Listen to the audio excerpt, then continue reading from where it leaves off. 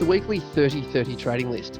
We're finding the best momentum companies on the ASX and identifying those that are set to run.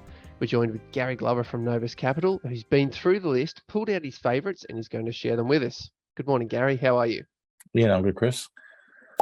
It's been a rocky week. You've been on the right side. So those who follow your Tuesday report, you've been on the right side of the market, and that's done well. But as you go through the list, are you getting much standing out to you on the momentum side? Yeah, quite a bit on the quarterly report. Probably more on the quarterly than the launch pad here. But yeah, so just going through the list there. So didn't know this one. A11, bit of an odd code. That's a new lithium sort of stock there. So it's obviously had a bit of a jump off the open there. OPH there was sort of maybe sort of coming off that sort of heavy low there, sort of that made some list. But I think the CAU was probably the one that's sort of more normalized there. It's had the big run for quite a while here. But yeah, it's probably getting, I guess you're sort of starting to see signs of distribution here now. That's a big volume at the top there. So probably not one I would be chasing here. Cettire is pretty interesting, actually. It's the sort of one that's nice VCP in here, actually. If you actually look in there, sort of like pullback there, had a pullback again, and then we had this little tight sideways move in here. And then once we closed out of that, we've been a good little trigger there. Got a nice little trade in there. Still drying up here, so maybe if you can sit on top of this previous high there, might be sort of somewhat constructive. So that's one to sort of keep an eye on. Kind of 360's got a similar chart to that, actually. I think that was on our list as well here. And again, so we've got this sort of, talked about this whole thing similar to the left-hand side here, sort of the fold back technique, right? Yeah, come back in a square. Yeah, so come back in a square manner. But again, we've still we do have our sort of, fold back technique, our inverse head and shoulder, however you want to call it. We've also got our VCP, which is probably more reliable pattern for us. But again, just breaking above that 557 there, that's sort of giving us a bit of a trigger there. It's come back for a bit of a retest there. So I probably don't like the fact that I wouldn't have liked to have seen this come below that previous high there. I know it is a pretty volatile market there, probably pretty tricky out there at the moment. It's probably not the best signal to be sort of coming all the way back into the formation there. Let's come back to I think might be the 50-day moving average there and bounce there, which I know sometimes I can do. But you'd probably want to see, so it's probably a market to be, because it is pretty volatile out there. You probably want to be sort of betting a bit smaller, giving yourself a bit more room here, just because it is pretty choppy out there. TIE's had a nice move. Probably run a bit hard there. I think Tyro was sort of one that we were in previously. I did sort of trade a little bit of this here just because I love this consolidation here that sort of sat on top of that high. Had a bit of a move there. Had another pop here. Yeah, potential corporate action going on there, but it's potential rather than I wouldn't be locked myself into that. Syrah's had a bit of a pop here. A couple of those lithium stocks have had sort of decent moves here. Hard to trade that just on a bit of a gap up. GL1, that was sort of, I think, one that we looked at previously. This was probably the pick of the signals in here, this congestion, and then the breakout there. But come back here. I mean, look, the whole thing has sat on top of that previous move. I don't like to see corrections that are bigger than the last one, Chris. So see that correction there is larger than that. So it's kind of, I view that as like an overbalance. So when you get a bigger correction, can overbalance the trend. Look at the volume here so far. So this was pretty strong volume. That was sort of medium volume on the sell down. And this is even lighter volume here. So that's not a great sign there, seeing those lighter volumes running up there. RAC was sort of one that we talked about last week. Nice little breakout here. I sort of, again, we've sort of had this sort of tight formation here. Again, if you are looking to sort of trade in these sort of setups, so you kind of want to sort of see it break above a previous swing high. So this whole thing's tightening up here. If you just wait for a bit of a break here, so you're really waiting for something to, you know, get through the high there, or break above some of these previous highs. You might like to have seen this maybe breaking above 1, or maybe even breaking above 2 there. That might have got you a little bit interested in there. But even if it's sort of coming in a bit early here, you want to sort of see, you know, you want to see a break of the previous high there. ELO is sort of one that's had a bit of a gap up there. Kind of reminds me of Nitro, had sort of something similar, I think.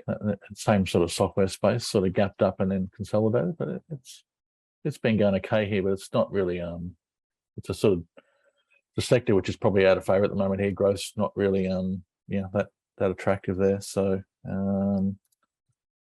yeah, Qantas is one that had an upgrade. Obviously, when we see upgrades, we know, Chris, they generally kick on for at least another sort of week or two. So exactly what Qantas has done here. I've sort of taken I had a few sellers up near 6. I've sort of taken them out there because I think that can potentially kick on. That sector is getting a bit of legs. One that did catch my eye was Melbana Energy, MAY. A bit small, but some good volume here. Now sort of broken above previous, we've had a, time-consuming congestion there. Had a bit of a break on the volume here. So this is definitely one to sort of keep an eye on here now.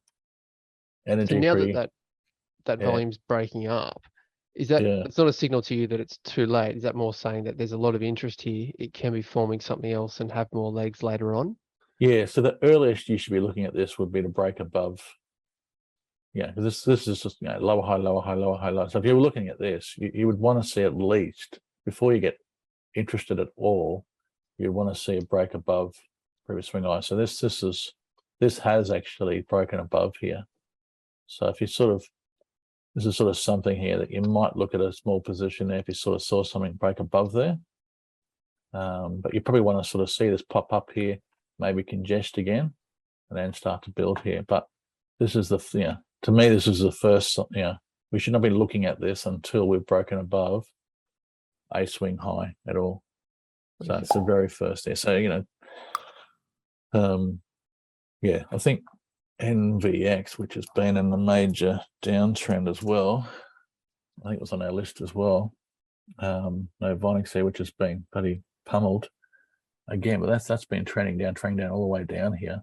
So started to, you could sort of see here, it's dangerous to be looking at these sort of trades here, but if you are, you don't want to be touching these things until they break above here. So this day here, we did break above that little 202 high there. So that's the first day here. We might get interested there, but there's no way I'll be putting on a big position there. You might look at a tiny position there and look to build here. So just because it's such a mean, nasty downtrend here, but you really want to be sort of start to see it building here. But this is to me, that's the first positive sign, breaking that high there. So that, to me, that puts that, I just put that puts the stock on the radar for me to sort of watch that sort of stock here. And then ideally what you'd want to see a consolidation that sits on top of that swing high that it's broken through. Yeah, that's right. There. Yeah. I mean, look at this NEU has sort of, broken above the high here, then consolidated and then got going here. It might be a nice little break day. And then obviously had a good run here, but then had a breather again. What you want to sort of see this consolidate, you might have added to this on a break above the previous high here. So some people would say, oh, this is too late adding to it here, but this is the whole momentum sort of stock. Once they sort of have a pause and then break to a new high and on good volume, then away we go. And that's continued to keep going here, the whole trend.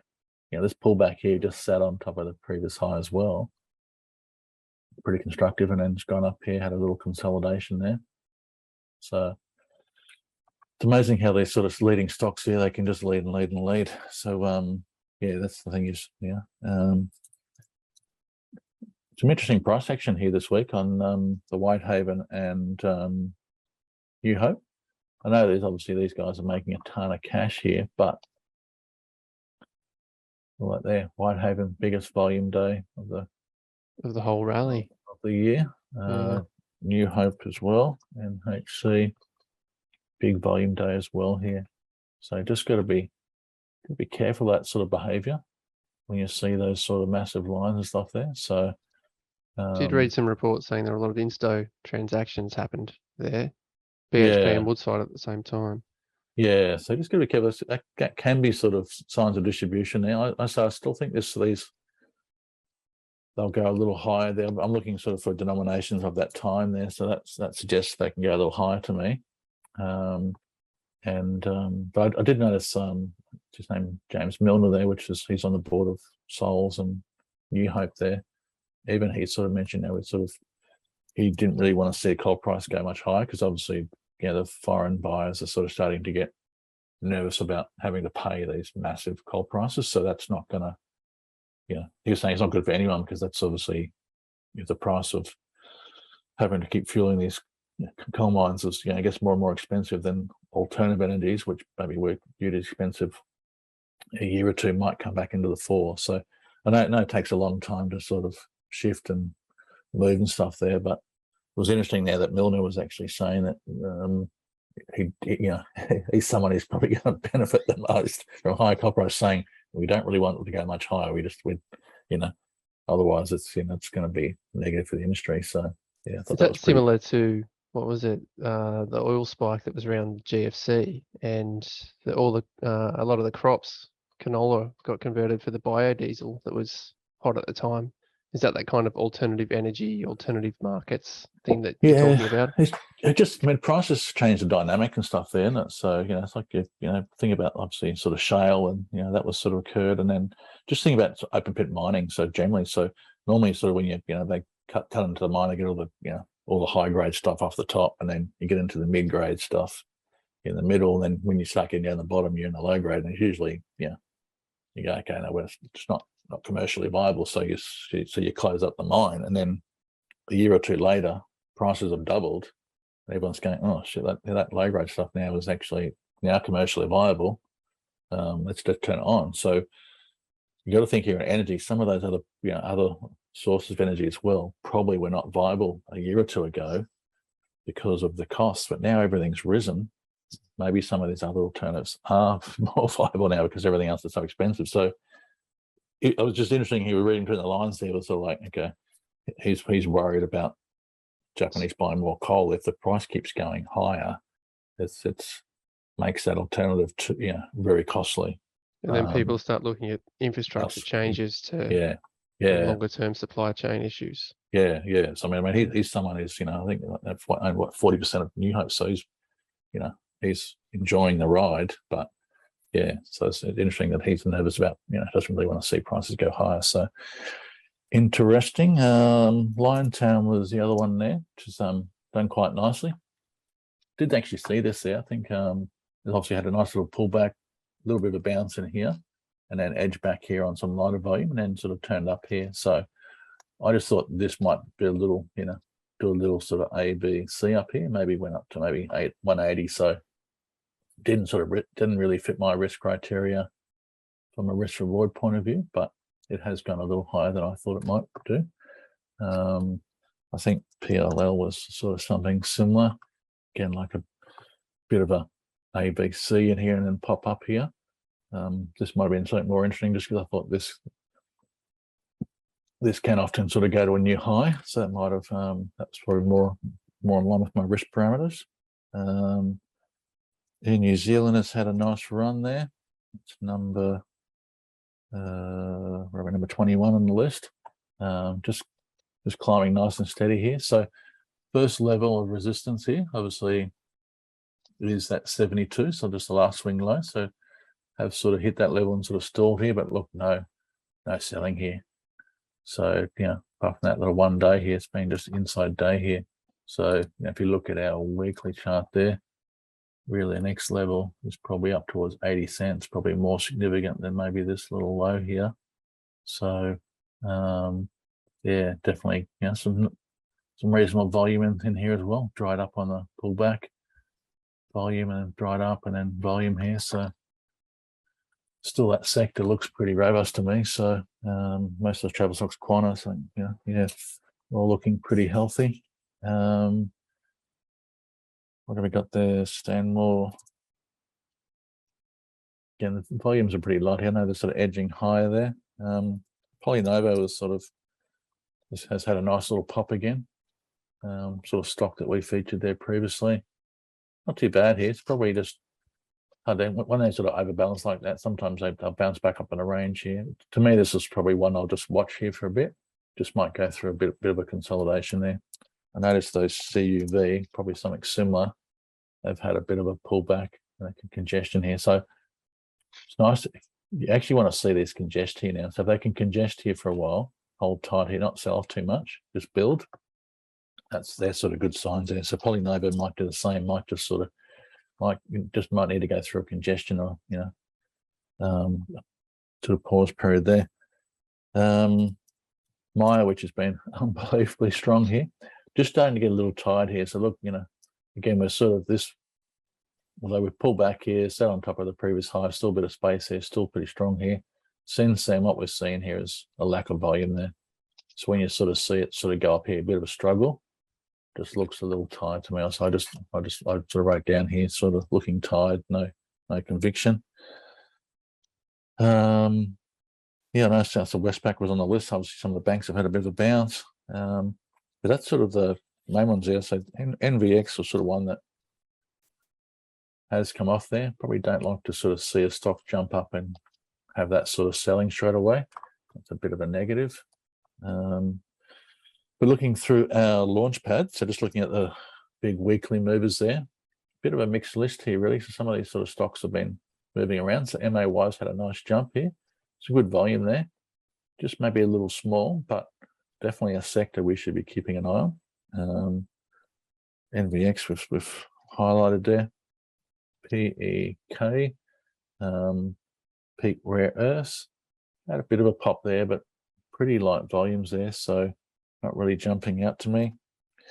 FCL is actually one that I was keeping an eye on here, just because this made a false break here, Chris, like went down to a new low and then bounced there, but I was interested in trading this one there, but just never got any volume through here. So it's very, very little interest here. And what have we got? We've got, after we've had a run here, we've hit some volume and sold off here. So yeah, it's not, when I see a false break here, I want to sort of see, like I think SEEK had a false break here recently, went to a slight new low, and then we saw some volume come in. We saw some decent volume there. That's when you can kind of get a bit of a pop here. So it's still building here now. So looking for maybe 0, 1, 2, 3 pattern in here, sort of trying to see if we can sort of build something in there. Endeavour was on the list, which is pretty interesting. This is actually it's actually a pretty interesting chart here, because look, this is good, still sort of a stock that's potentially got growth moving forward, of sort of one of the big caps. It's had a nice bounce off that low. So look at that volume in there. It's been pretty robust here. So we probably want to see a bit of a pause back in here. You want to see this maybe dry up here. So maybe sort of come back in a little three-wave manner back to, a low 7 something there. But this is one to sort of keep an eye on here for me. So I thought, okay, this looks pretty constructive. Nice, considering how weak the market is, this has had a nice strong bounce off the lows. So just want to sort of see some sort of congestion here, but that's definitely one to sort of follow. If we are heading for a recession or not, we're not going to stop drinking. That's not the Aussie way, as we know. CHN was the other one that I thought looked really interesting. Actually, it's probably one of the more interesting charts here, just because this is sort of had gone to a pretty deep low here, had a bit of a bounce, and all of a sudden here we've gone back to retest the low, but it's taken a long time here. This hasn't gone to a new low in quick time. It's really sort of done a lot of work here. Now we've sort of had a bit of a rally, made a first higher low, and the first time here we've got some volume come in and taken out that high there as well. So sort of broken one swing high, which is the first time, obviously, of this downtrend. We've seen some volume come in, so pretty interesting. This is in the sort of nickel and copper. So obviously, commodities are still pretty robust there. I've got my concerns about commodities, but if inflation persists here, then commodity prices potentially will persist as well. So, but this chart here is interesting. That's sort of definitely one that I sort of circled here to sort of keep an eye on there, because there's some sort of early signs there that looks promising there. The other one actually that jumped out at me was actually SGR. which obviously has been in the After all doldrums. that news. Yeah. So, but maybe this is sort of like that's sort of the worst is out there for it, as well. So, been pretty bleak here. I don't know what the weekly charts probably looks horrible. Yeah, so fair decline here, but look at that. Definitely volumes picked up here. So yeah, quite a protracted sort of downward move here. So yeah, if they can get their act together, and yeah, this is definitely one to keep an eye on there. So it's had a nice pop here. Just might need to congest a bit here, but yeah, out of the big space there, that's one to sort of keep an eye on. What else we have there? STK, one of the smaller ones there, had a bit of a pop, but again a little small. AZL, again a little small, but kind of tightening up here, but probably too small for me. What do we got there? AR3. Again, sort of get small, probably tightening up here, bit hard. I think HUB was on the list there, which is interesting. Had a bit of a pop there, but under a new high, so a bit too messy. KLL. Again, pretty ugly trend here, pretty too small for me. That line of stock does interest me, sort of seeing a volume like that, but yeah, too risky for me. I mean, there's lots going on in the market here. I think lots of things are on the knees here. So yeah, one that I did see on this list here, which was KFM, which I think looked okay to me, but just no volume to on the last legs. I thought this had a pretty repulsive move, had a bit of a pullback here now, come back to sort of the old high there, so a bit of a technical support zone, but again bounced on no volume here, so I'm just not seeing much commit in here. So look, maybe this is one to keep an eye on. But yeah, that's about it really. Sort of there wasn't too much else. I think I missed one here. DEL. What's that? Delorean Corporation. So just again some bigger volume off the lows there. Don't know much about this one, but yeah, still pretty messy. Pretty choppy market here. Still a bit weak here. Sort of yeah, we've still held the low in place here for the S&P and the Dow and Nasdaq there. So that's sort of constructive. Aussie market still sort of held its low in place there. So yeah, just need to sort of see something. Need to sort of see something on the upside here in the next couple of days here, I think. Otherwise I'll get a bit nervous about my longs here. But because normally these sort of midterm years, we normally come out of these lows pretty aggressively. So we had that initial pop, a bit of a fade here. Really want to sort of see a follow through day. So we want to see the S&P basically up, 1 to 1.25% on big volume. That's the one thing we're lacking so far. So you want to see kind of that conviction of the money that's been on the sidelines come in and yeah, it's still plenty. I mean, there's so much cash on the sidelines, still pretty. Yeah, I see. Like I think I saw, margin lending is basically dried up again. So, sort of like if you look at sort of US, sort of obviously margin, you can use margin lending a lot easier than you can in Australia and the States. So that has really that's gone back down to historical sort of low points in terms of sort of basically just showing us no one's using leverage at all at the moment. So everyone's sort of sitting out of the market here. So it's pretty interesting. But yeah, we sort of do. Feels like it needs a little bit of a catalyst. At this stage, most of the news coming through seems to be sort of negative. But yeah, so normally sort of lows come in on pretty negative news here. So I do think we're sort of close here, but really do need to sort of see a follow through day, see that sort of that big day up there. Big volume is typically sort of between day 4 and day 7 after the low here. So we're getting towards the end of that. So we really want to sort of see something sort of soon there. But yeah, it looks pretty messy. Well, that's we've got a couple to add to the watch list. Not too many that are shooting the lights out and looking amazing on the charts, but a lot can happen in a week. So we'll circle back in a week and come back to pick your brain on the best charts. Thank you. Yeah, perfect. Thanks, Gary from Novus Capital. Thanks, Chris.